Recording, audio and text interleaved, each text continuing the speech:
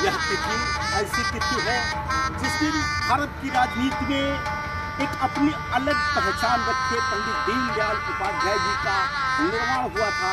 आज ही के दिन उनकी पूरी तिथि को पूरा देश मनाता है।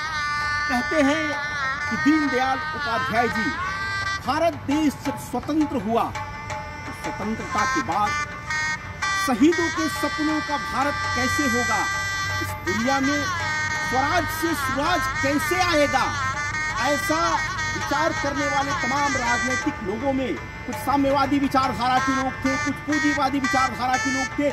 ऐसे में दीनदयाल उपाध्याय जी जो राष्ट्रीय स्वयंसेवक संघ के प्रचारक रहे, स्वयंसेवक रहे और एक सामान्य से परिवार से निकले हुए पंडित दीनदयाल उपाध्याय जी, जिन्होंने मनुष्य को कहा कि यह एकात्म जीवन है मनुष्य का, व्यक्ति, परिवार, समाज, राष्ट्र, विश्व, सृष्टि तक की एक एकात्म कल्पना उन्होंने किया।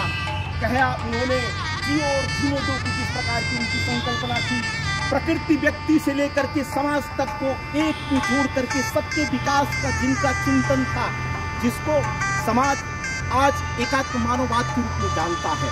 कहते हैं कि यह दर्शन अपने आत्म में सनातन दर्शन है। इसमें सर्वे भवन्तु सुखिनः, सर्वे सन्तु निरामया, सर्वे भद्राणि पश्यन्तु मा कश्चित् दुःखात् भवेत् का भाव है।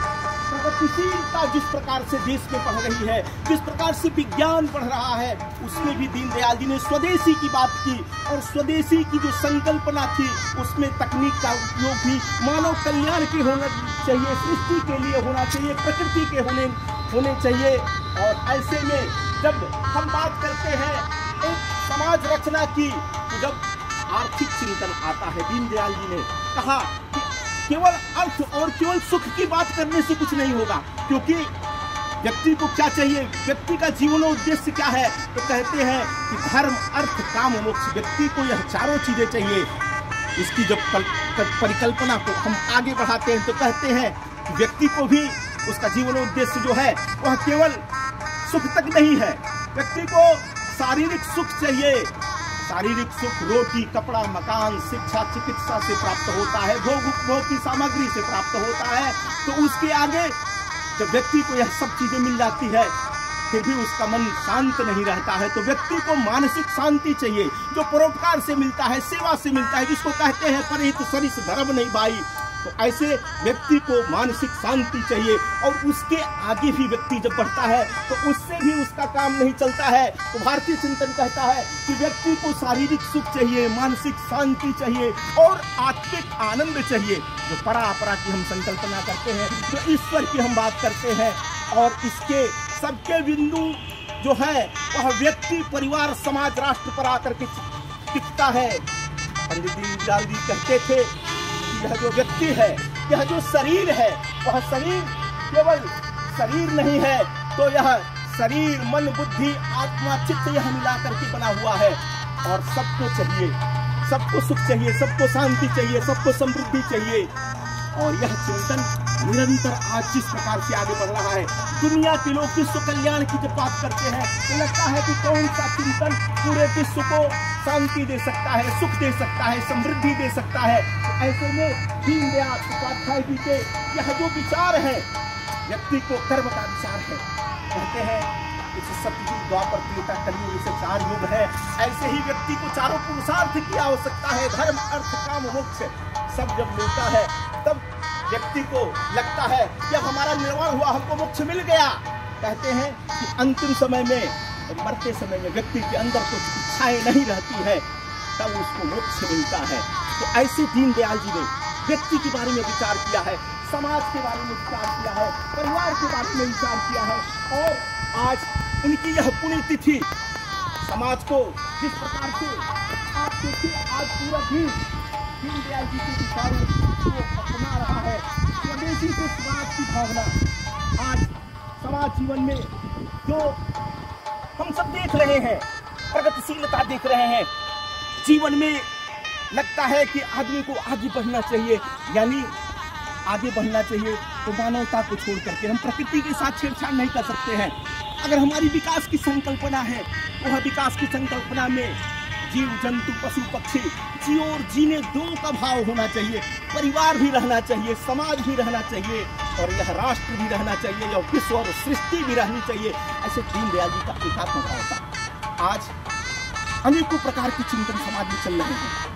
कोई पूंजीवाद की बात करता है, कोई समाजवाद की बात करता है, कोई दुनिया के मजदूरों को एक होने की बात कह करके और वैमनस्यता फैलाता है। कोई कुछ लोगों के सुख की बात करता है, कोई कहता है कि व्यक्ति को सुख चाहिए तो बहुजन हिताय बहुजन सुखाय की बात करता है। लेकिन दीनदयाल जी ने बहुजन हिताय बहुजन सुखाय की बात नहीं किया। उन्होंने तो भारतीय जो चिंतन है, सर्वे भवन्तु सुखिनः सर्वे सन्तु निरामया सर्वे भद्राणि पश्यन्तु मा कश्चित् दुःखभाग् भवेत्। यह धरती माता है, यह भारत माता जिसको हम कहते हैं। इस धरती माता पर सभी पुत्रों की कल्याण की बात की गई है। आज भारत का जो चिंतन है दुनिया के लिए मार्ग दिखा रहा है, पाथेय है और उसमें दीनदयाल जी के यह सब जो विचार जो सनातन है, दीनदयाल जी कहते थे यह सनातन विचार है। और इस सनातन विचार में अगर हम चलते हैं तो हम प्रकृति का भी कल्याण करेंगे, व्यक्ति का भी कल्याण करेंगे, समाज का भी कल्याण करेंगे। आज दुनिया जिस प्रकार से भौतिकता के पीछे भाग रही है, ऐसे में दीनदयाल जी का वह चिंतन, यह दर्शन दुनिया को मार्गदर्शन दे रहा है। आज हम आगे बढ़ रहे हैं, निरंतर बढ़ रहे हैं। हमारी सोच है राष्ट्र नवरचना की हम बात करते हैं तो उसमें राष्ट्र की नवरचना होनी है, पुनर्निर्माण अगर राष्ट्र का होना है, भारत अगर विकास की तरफ आगे बढ़ता है तो यह जो दीनदयाल जी के विचार थे कि राष्ट्र नवरचना के कार्यों का ग्रामीण अंचल से ही होना चाहिए। यानी जब गांव का विकास होगा, परिवार का विकास होगा, समाज का विकास होगा तो यह सृष्टि, यह विश्व कल्याणकारी मार्ग पर चलेगा। तो जिस प्रकार से स्वराज की भावना, स्वदेशी की भावना, आज आत्मनिर्भर भारत की बात मोदी जी कर रहे हैं, आत्मनिर्भरता, उत्पादन की बात, पराकाष्ठा की बात, इसमें सब में संयम की बात, त्याग की बात दीनदयाल जी ने किया। त्याग पूर्वक उपभोग, स्वदेशी की जो बात थी, स्वदेशी को किस प्रकार से आत्मनिर्भर भारत बनाने के लिए प्रयोग करना है, अपनी स्वभाषा के ऊपर, स्वसंस्कारों के ऊपर, तमाम प्रकार की जो चुनौतियां हैं उसका समाधान भारतीय चिंतन में है। और पंडित दीनदयाल उपाध्याय जी के जब राजनीतिक चिंतन की हम बात करते हैं तो उन्होंने निश्चित रूप से अपनी पॉलिटिकल डायरी में जिस प्रकार से समन्वय की बात लिखा है, समृद्धि के मार्ग में राजनीति करने वाले लोगों के लिए जिस प्रकार से नैतिकता की बात किया है, चरित्र की बात किया है। हम राजनीति करते हैं तो राजनीति करने वाले लोगों पे नैतिकता रहनी चाहिए, सामाजिकता रहनी चाहिए और तमाम प्रकार के जिस राष्ट्र की संकल्पना उन्होंने किया, धर्म यानी कर्तव्य से उन्होंने जिस प्रकार से जोड़ा। और आज कर्तव्य की जब हम बात करते हैं तो वह पथ मत संप्रदाय से नहीं जुड़ता है। इसलिए दीनदयाल जी ने कहा कि तुलसी बाबा ने जिस प्रकार से कहा परहित सरिस धर्म नहीं बाई, तो महात्मा गांधी जी ने कहा अहिंसा परमो धर्म। ऐसे तमाम बातों को जोड़ करके धर्म यानी कर्तव्य है, हम इसको पूजा पद्धति से नहीं जोड़ सकते हैं, पथ मत संप्रदाय से नहीं जोड़ सकते हैं।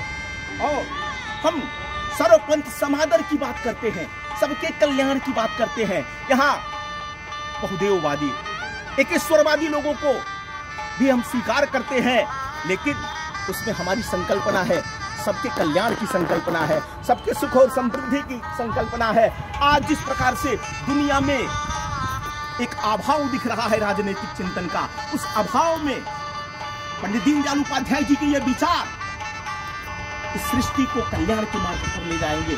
जैसे भारत की संकल्पना है कि धर्म की जय हो, अधर्म का नाश हो, प्राणियों में सद्भावना हो, विश्व का कल्याण हो, तो ऐसे सर्वे भवन्तु सुखिनः की यह संस्कृति अगर पंडित दीनदयाल उपाध्याय जी के बताए हुए मार्ग पर हम चलते हैं और इसको उतारते हैं, केवल कहने मात्र से नहीं होगा। सिद्धांत सब अच्छे होते हैं। अरस्तु ने कहा है कि सभी प्रकार की, चाहे लोकतंत्र हो, चाहे राजतंत्र हो, चाहे धनिकतंत्र हो, सब अच्छे हैं और उस पर चलने वाले लोग अगर अच्छे हैं तो, यानी हम व्यक्ति निर्माण की संकल्पना करते हैं, हम संस्कार की बात करते हैं, हम बदलेंगे, युग बदलेगा। आइए हम सब मिलकर के दीनदयाल जी के बताए हुए मार्ग पर चले और इस देश को सुखमय बनाए, इस सृष्टि को सुखमय बनाए, विश्व का कल्याण हो, प्राणियों में सद्भावना हो, शांति, सुख शांति समृद्धि का मार्ग प्रशस्त करे और दीनदयाल जी को पुण्यतिथि पर कोटिशः नमन करे। प्रणाम।